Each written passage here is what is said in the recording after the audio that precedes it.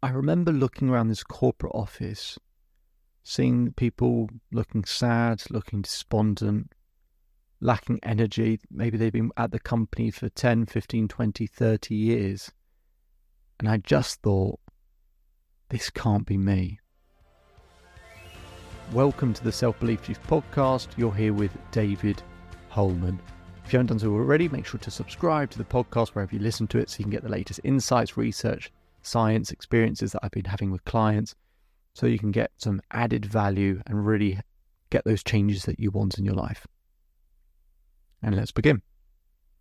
So I was looking around this office floor. I was about 24 at the time. And people just looking dejected, lacking energy, didn't really have any passion for what they were doing. So this was a big company. People sort of 30, 40 years older than me. And I just thought, this can't be me. You know, no problem for them if that's what they want to do, and we have responsibilities in life. If that's the job they want, that's all power to them. But I wanted to be doing something where I was passionate about it. I had a level of energy. I really felt like I was making a difference. And the thing was, when it comes to changing careers, I'd already had to do it once. I was a footballer growing up and had to retire because of an injury, really. You know, I was sort of playing, but I wasn't really able to play at the level I'd been showing previously. So I kind of had to give it up. So I moved into this corporate world. And then I was looking in this corporate world and I was thinking, I don't want this. This isn't my life. And I'd always had an interest in human behavior ever since about 14, 15 years old. And I'd been researching and studying it for years, even by that point. So I knew there was something in that space that I wanted to do. And for a couple of years, I started getting into the idea of maybe creating a coaching business or something along those lines. But I knew where I wasn't for me. So I've actually had to change, not only to change careers twice, change industries twice. And I know how terrifying it is and how uncomfortable it is and why many, many people just settle. But here's the issue with just settling for something that you don't really want to do. Jim Carrey told a story of his father. And his father was a very talented musician, and he could have been a musician anywhere. But he wanted to keep it safe, so he got a job as an accountant. So rather than traveling and doing what he loved to do and at the risk of it all, he decided to be an accountant because he thought it was a safe job. A year into the job, he got made redundant. And the family struggled for years after that. The meaning Jim Carrey took from that when he was older was, you can fail at something you don't love. So you might as well have a go at what you do love. That's always stuck with me, but I've always liked certainty and security as well. So it's like, how do you marry those two things up together? Well, I want to take you through the 5 steps I take my clients through.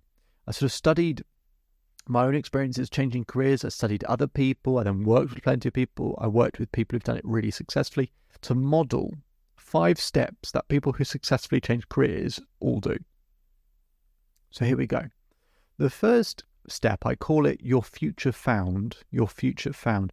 I take people through a series of about, 20 something questions where it keeps narrowing down the options and the industries and the choices, so they get really, really clear and specific, because clarity brings things closer. We've got to know what the bullseye is. We've got to know what we're aiming at. Now, one of the things people struggle with is people go, there's lots of different directions I could go. I actually think it really helps to eliminate things first. So you go on Google and do a simple search for industry sectors. A whole list comes up at the top. And you can just cross them off. Just cross off all the ones that you think I've got no interest in. I don't think my skill set serves that well. And you might only be left with, say, 2 or 3 industry sectors from, however many there were in the first place. You've cut down 95% of them. And then within those, you can start narrowing down and playing with those a little bit. But we've got to find your future. You get some ideas first, get a sense of what the right direction might be. The second step, I call it risk reduced. The thing that's going to stop someone from changing careers is if they associate more pain with changing than staying. People who leave associate more pain with staying than changing. But if you kind of go back and forth, it's changing feels really painful, and staying feels painful. So risk reduced is about getting certainty in some key areas like your finances, your relationships, and your mental well-being. So I help people shore those things up so that actually they can increase their sense of certainty. So if their certainty is only like a 3 out of 10 when it comes to changing careers, I'll try and get it up to say an 8 or a 9. You're never going to get it to a 10, but can I get it nice and high so that actually we can kind of safeguard ourselves and protect ourselves if things take a bit longer or this is a bit more taxing or challenging. And I'm an advocate for people to stay in their role until they find the next thing, but sometimes we get made redundant, don't we? And we're trying to find the next thing. So your future found, risk reduced. The third step is called meet opportunity. So once we know what we're looking to do roughly, is to then try and find those decision makers around those roles. Try and work out who they are, even if it's just the positions. Try and find out what they value most. What do they value most? Because it's not about what we value, it's about what they value.